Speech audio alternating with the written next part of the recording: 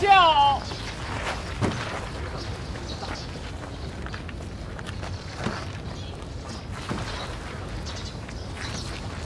赵大人，里面请。这边请。这边。开学仪式马上就开始了，先在这边休息吧。好。那件事，你考虑的怎么样？我现在心里有点乱。你可以告诉我你心里乱什么，也许我能帮你做一个决定。哦，不用，我自己来。哦，好，我等你。妹妹，你能来帮帮我吗？好，我出去一下。啊，你去吧。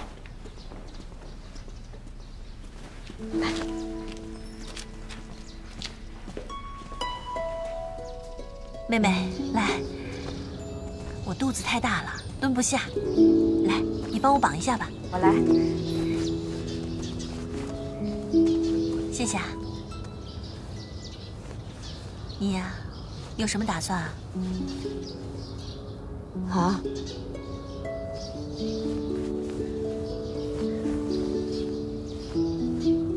我想，我应该答应他吧。应该？为什么应该啊？这么多年，他为我为吴家付出了这么多，我无以回报，唯有以身相许，终身相伴。那你爱他吗？我很欣赏他，也很敬佩他。你看着我，你心里有他吗？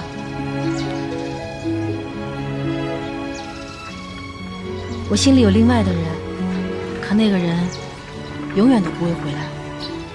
说来说去，你爱的就不是他。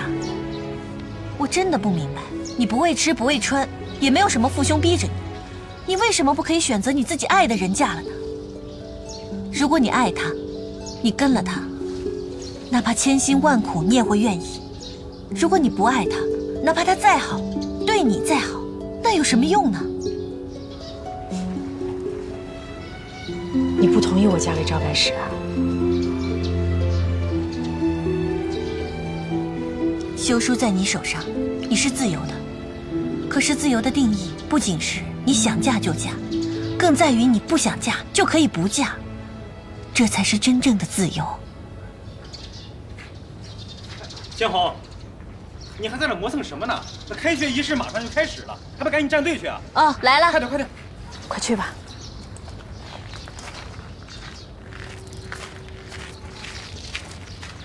夫人，校长请您和赵大人出席开学仪式。好。演讲稿我已经准备好了，你再过目一下。没问题。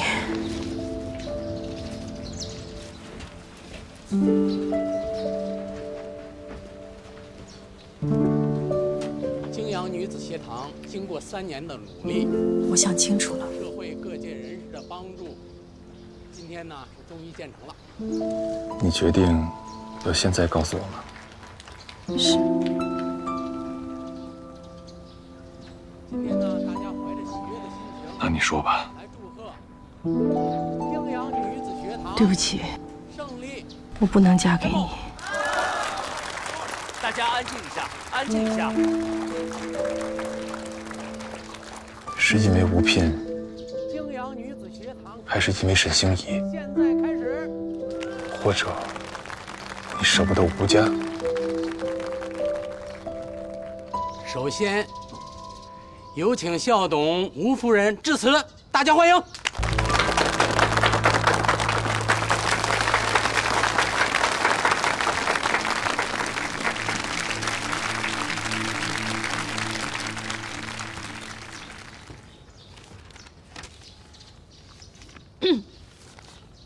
己亥之下， 7月流火，弱女数十，翠于精卫之畔。此时盛况出于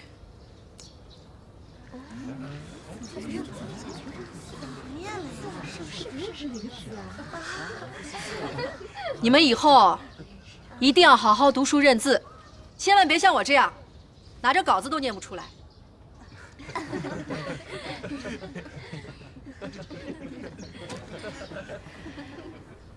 刚才彭校长介绍说，我叫吴夫人。我想告诉大家的是，我的名字叫周莹，我可能是这个泾阳城里最大逆不道的女人了，整天抛头露面，爱瞎折腾。因为不守规矩，还挨过赵大人的板子。这还不算什么，我还被陈过堂，坐过刑部的牢，被判过斩监候，死里逃生很多次。最邪乎的我的事情以后慢慢说，我们先说说这个学堂的事情。我为什么一定要办这间女子学堂？其实我自己也不太清楚，这是我一个朋友的心愿，因为他认为只有女孩子读了书，国家才有救。我也不太懂，但是我知道，人只有读了书，脑瓜才会开窍，开了窍才会有见识，有见识才会有本事，有本事的人没有谁敢欺负。男人是这样，女人也是这样，好像国家也是这样，对不对，彭校长？是。我好像有点知道我为什么要办这间学堂了，因为你们在这里学到了本事，就可以养活自己，就可以自由地选择你们想要的生活。比如说，你们每天吃什么，喝什么，说什么样的话，走什么样的路，过什么样的日子，嫁什么样的男人。我好像又有点说远了，不过我觉得我这辈子还是挺值的。虽然现在亲人不多，名声也不太好，但是我从来没有违背过自己的意愿。我希望将来你们也能和我一样，想要的去争取，不想要的谁都强迫不了。我们想爱就爱，想干就干，活他一个痛痛快快。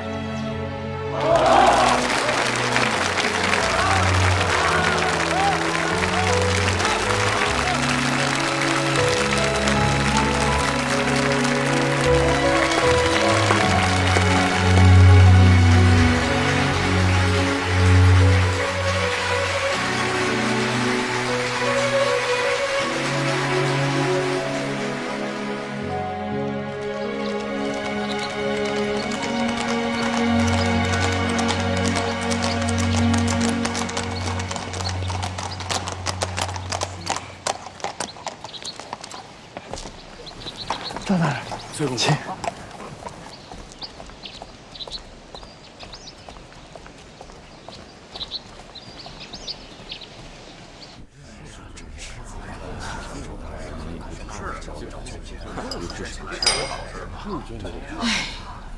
这巡抚大人把我们叫来，他自己怎么不出面呀？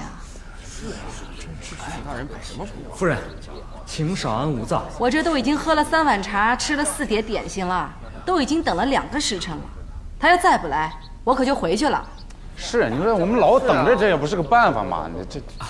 大人马上就到，马上就到。端方大人到。大人，见过大人。今日将各位聚集到此，乃是有一件重要事宜，要与各位进行商议。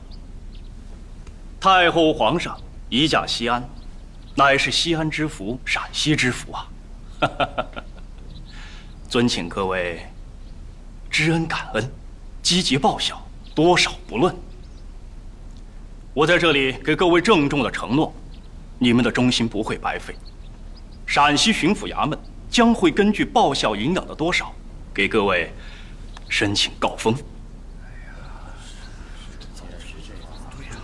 我们孝义赵家报销5万两，晋阳石桥孟家报销2万两，社树姚家报销8万两，晋阳王桥余家10万两。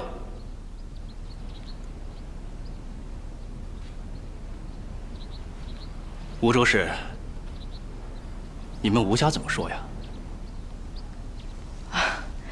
大人，入春以来，陕西遭遇蝗灾、旱灾，数百万户人家颗粒无收。我们吴家一直想方设法赈济灾民，这前后已经花了数十万两银子了。你让我再拿银子出来报效太后和皇上，我可真拿不出来了。尔等小民，能够有机会报效太后皇上，那已经是天大的恩典，你怎的还推三阻四呢？太后皇上爱民如子，我等竭尽全力让百姓安居乐业，我相信这也是对太后和皇上的一种报效。赵大人请。段大人，赵大人，赵大人稍后。有劳了，隋公公。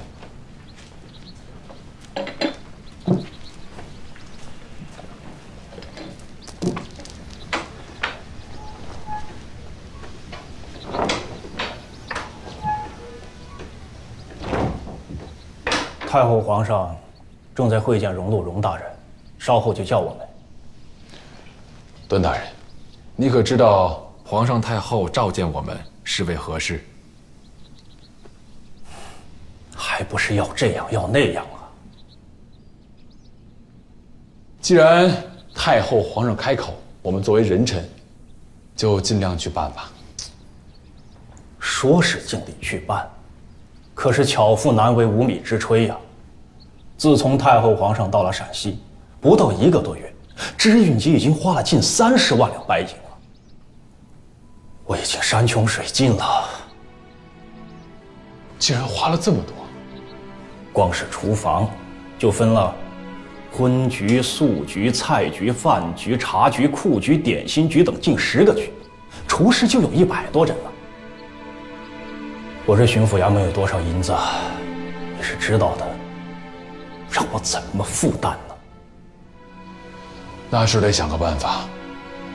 我倒是想了一个办法，让陕西的富商们报效，总算又凑了几10万两，勉强可以再维持几个月。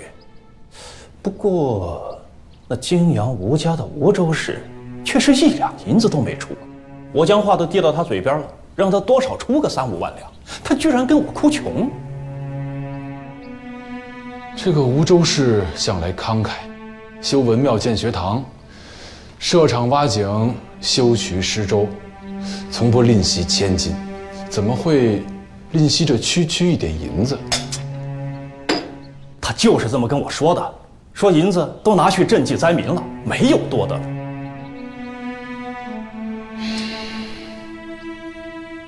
这样吧，段大人，你先别着急，我去跟他说说，让他设法从别处挤出来一些，解你燃眉之急。那就有劳赵大人了。太后皇上宣2位大人。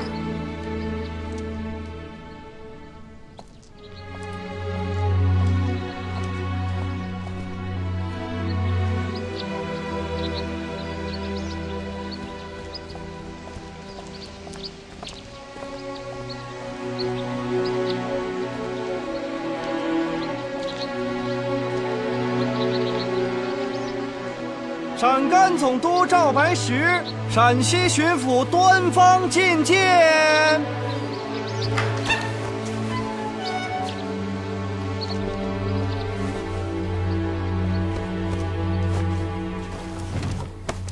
臣赵白石，臣端方叩见太后皇上。端方，你给我和皇上安排的什么所在呀？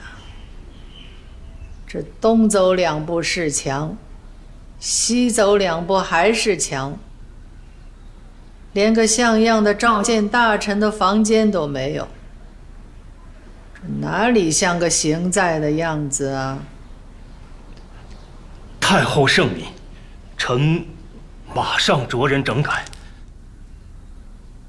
赵白石，你在陕西多年，你可知陕西有什么地方比较宽敞大气？回太后的话，南院门有一处所在，原属巡抚衙门，有个几百间房屋，勉强算是宽敞大气。好啊，那我们娘儿俩赶紧搬过去吧。太后，那院子久没人住，若是彻底清洗和打扫出来，至少需要3天的时间。还要在这憋闷之地忍耐。太后，臣有一个主意。距离西安不到100里，有个金阳，自明以来就是繁华之地。此地富商云集，其中尤以吴家最为知名。那吴家东院，据说建造时就是房子进城，格局宏伟，花园精美。太后皇上若是有幸，不妨去盘桓几日，回来正好搬入新址。万万不可！现在政局不稳，流寇颇多，还有逆贼蠢蠢欲动。太后皇上乃是万尊之躯，若是贸然出行，万一有个什么闪失，臣万死莫辞。有陕甘总督护驾，还怕什么流寇逆贼呀？整日关在这儿，看来看去就是这几堵墙，着实腻了。皇上，你觉得呢？出去走走也好。就这么定了。赵大人曾任金阳县令，对金阳情况再熟悉不过。臣建议太后皇上此次出巡，就由赵大人负责。也好，我正有事和赵白石商量呢。臣当全力担待，保护太后皇上平安。少奶奶，你看新出的不一样，我们工艺改进了以后，残次品越来越少，出布量越来越多了。康文，哎，大王，哎，少奶奶，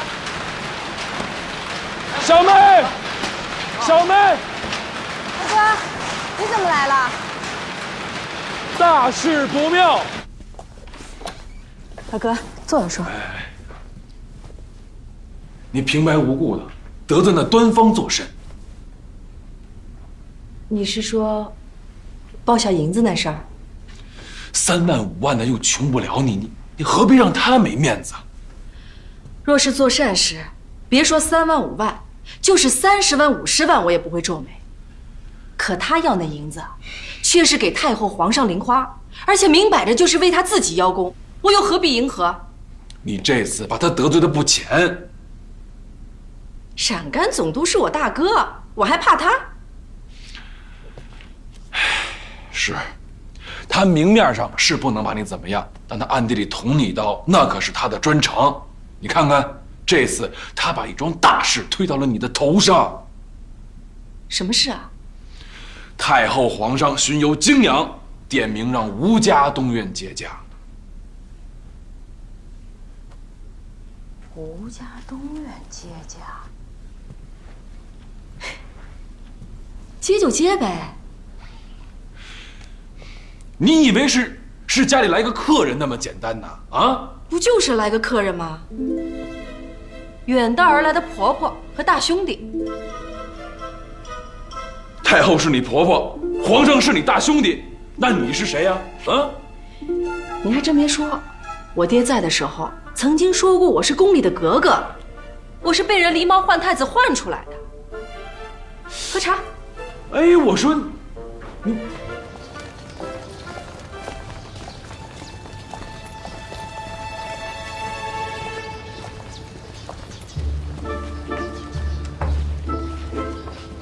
这条路全部铺满黄土，需要吗？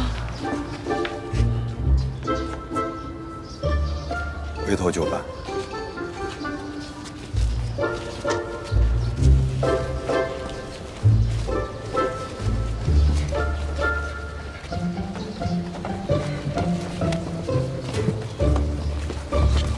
所有的台阶、石板，全部用清水再冲洗一遍。好的。这得费多少人工啊？这些回廊，所有的门廊，全部都要张灯结彩。知道了。这是不是要办喜事儿啊？办好了，这是天大的喜事；办不好，就是天大的祸事。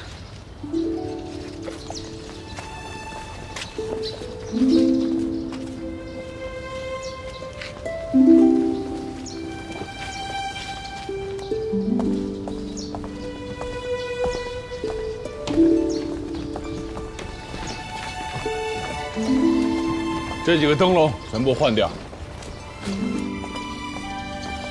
这些爬墙虎要清理干净。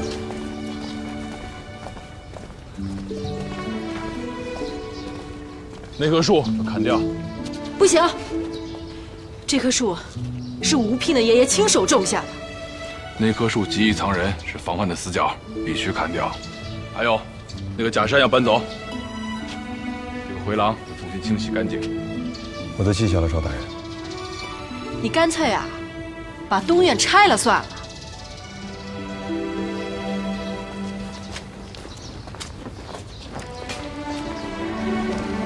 这个角还有这个角，安插岸上。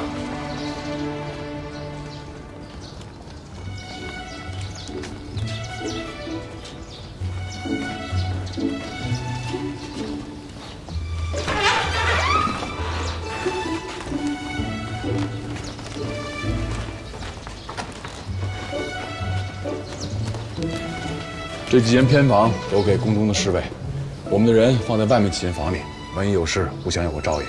是。那东院的丫鬟小厮可要遣散？本来人手就不用呢，还指望你的人帮忙呢。这样，太后跟皇上进出侍奉，有太监跟宫女。吴家东院原来的小厮跟丫鬟全部充作杂役，在院外候命。好的。韩先生，带着家丁在东外院巡逻，万一有事听我指挥。好的，到时候我们听赵大人的。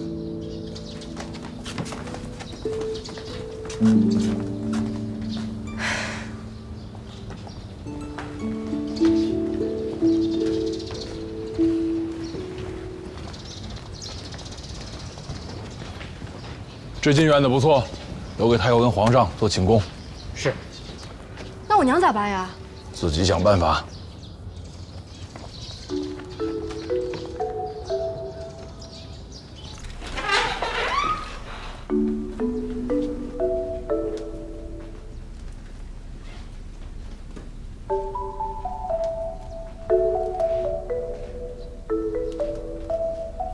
到时候你住哪里？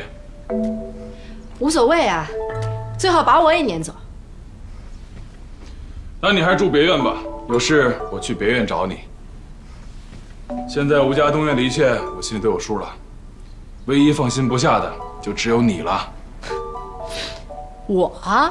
太后跟皇上来，难道你不去磕头？这轮得到我吗？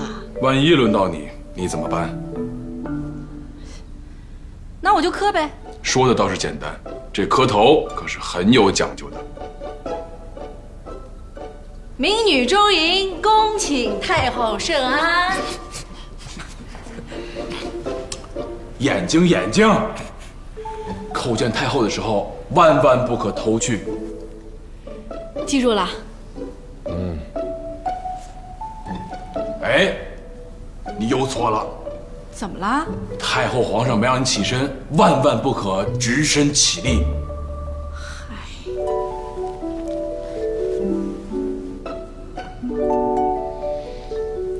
行，起来吧。哎呦，你站就站，万万不准有这些动作。可我膝盖都跪疼了。忍着。得嘞。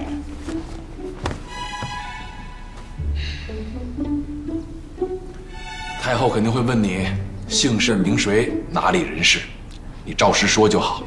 若是不知道的，或是不清楚的，就说不知道。记着，言多必失，万万不可多话。还有之前别忘了加上一句，回太后的话。回太后的话，回皇上的话。算是开窍了，但是动作不对。不过，皇上应该不会说什么。为什么呀？哪那么多为什么？太后一般会温言几句，会让太监领你出去。记着，临走之前还要叩头谢恩。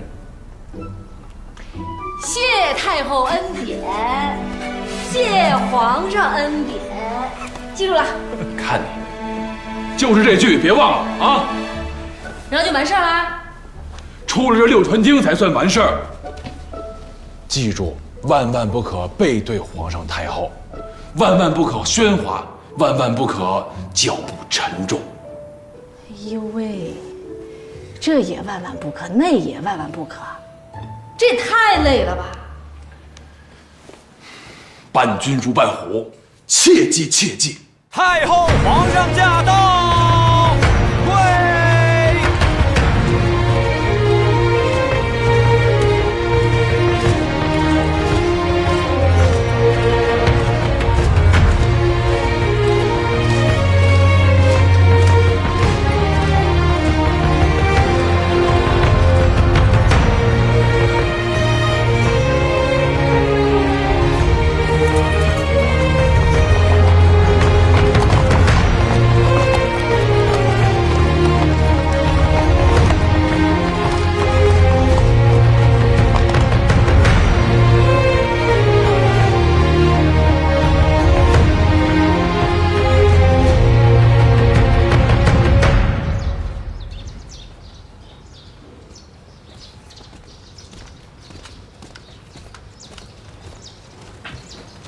听说啊，太后皇上昨天去逛了花园，老王还被问了几句话。老王昨天高兴的，一晚上都没有睡着。真的？嗯。还被问几句。看一下。走。哎，你们说，他们会不会逛到咱们别院来啊？嘿，要是真来了，咱们都能见到太后皇上，说不定我也被要去问几句话，我这辈子就值了。你就美了你，还没等太后皇上走近呢，你就先被拖出去了。小命的，还想见太后皇上？别想了。在哪是呗？梧州市呢？在里面呢。快！太后皇上要见他呢。好。说什么来着？要见我？对，就现在。那就去呗。哎，少奶奶，你不换身衣服啊？我这衣服干干净净的，不用换吧？行吧。少奶奶，走路的姿势啊，进了六传厅再装吧。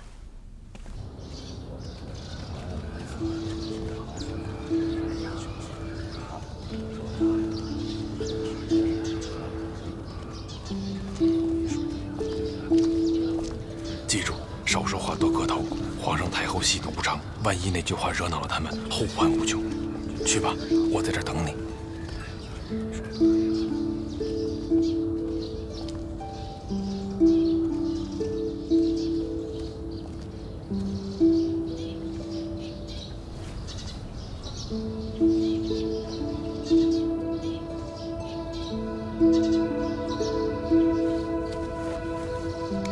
宣梧州市觐见。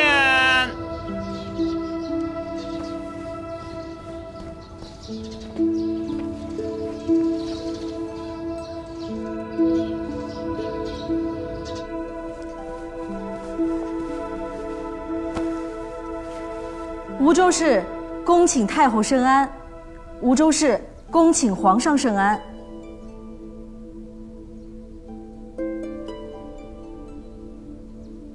你叫周莹？是。回太后的话，是。你就是这儿的当家人。回太后的话，是。这院子不错。回。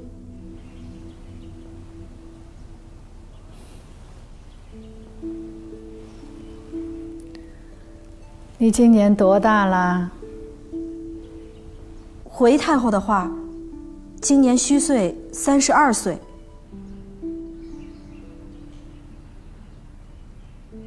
哪里人士啊？回太后的话，名妇哪儿孤儿出身，不知籍贯在哪儿。哦。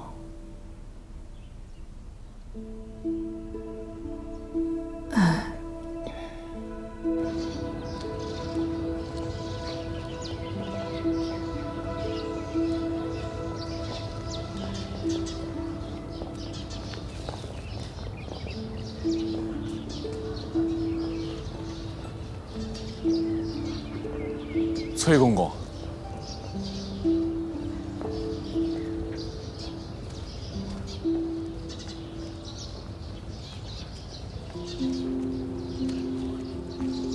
大人，崔公公，麻烦您进去给看看，这里面什么情况？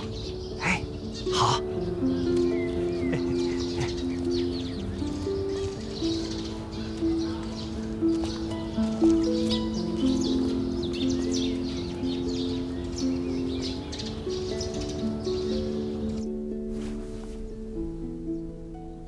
你跪安吧。回太后的话，谢太后皇上。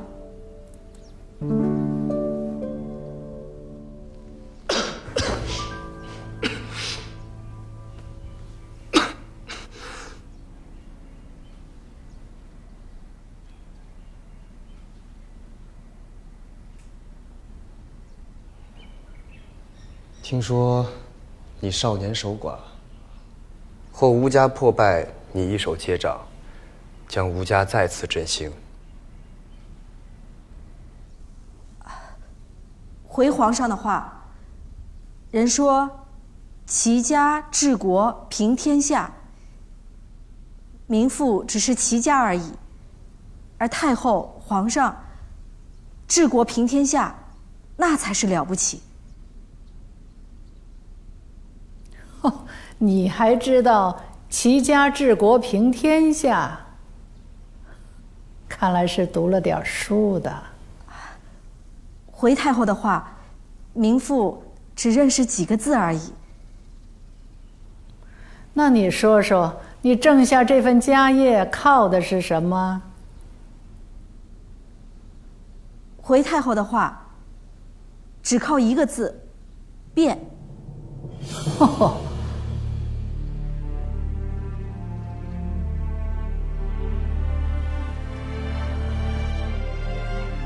变。是。回太后的话，天下已经变成了世界，我们做生意的，如果还固守成规，那只有破败一条路可以走，唯有顺应时势，求新求变，才能立足。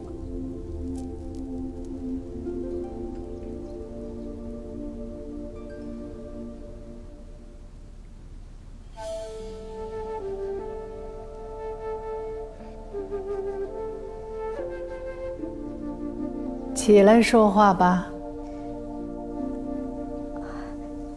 谢太后皇上。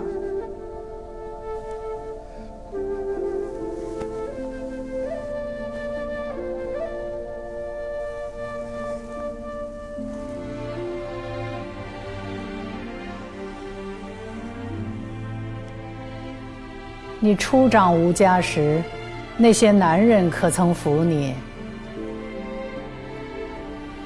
肯定不服，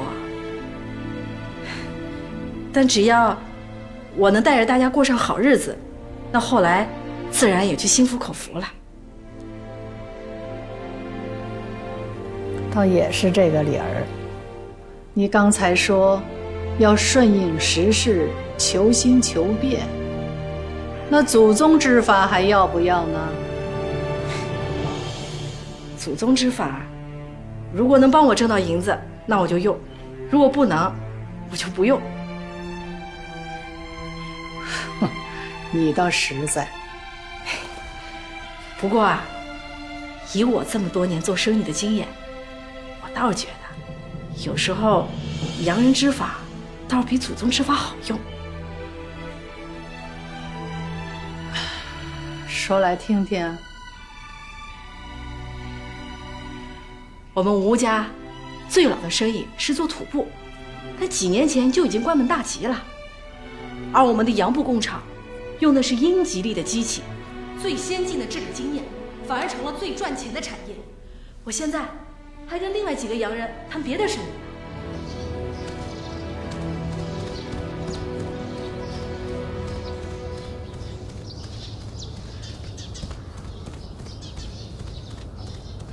赵大人，本来都已经跪安了，可皇上多问了一句，老佛爷就让那吴州市给留下了。他们在谈论些什么？我隐约听到，好像在说变革什么的。多谢崔公公。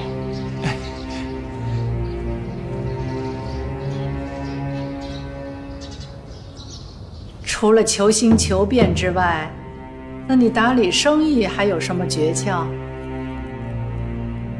还有的话，那就是放权。放权？你不怕家不成家了？家不是一人之家，是大家之家。在吴家，连丫鬟、小厮、掌柜都持有股份，只要他们愿意，都可以为生意献言献策。而我身为家长，只要他们的话对大家有利，那我就采用；如果他们的话对大家不利，那我就当耳旁风了。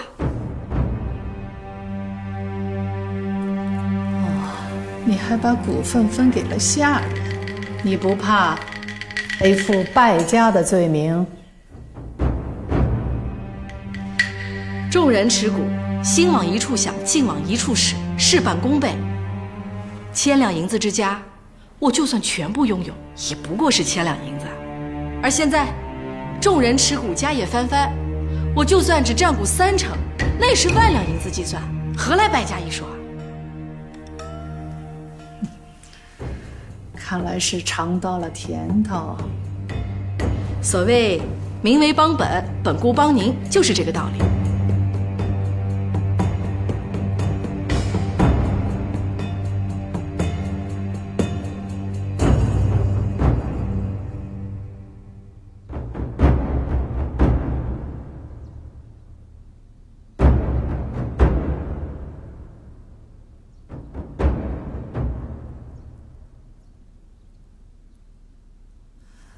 你出去吧。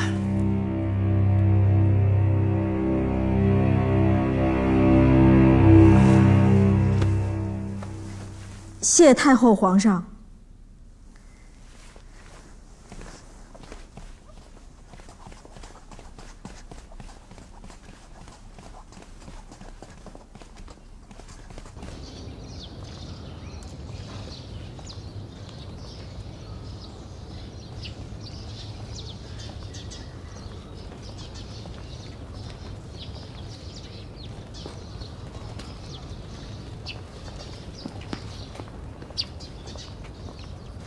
谈了这么久，太后不停地问，那我只有不停地答了。聊得如何？开始挺好的，但后来好像太后不太高兴，就叫我出来了。你们都谈了些什么？就是一些持家的心得。但我一不小心，把以前变法的时候，传单上那些话说了一句出来，太后好像一下就不高兴了。哪一句？民为邦本，本固邦宁。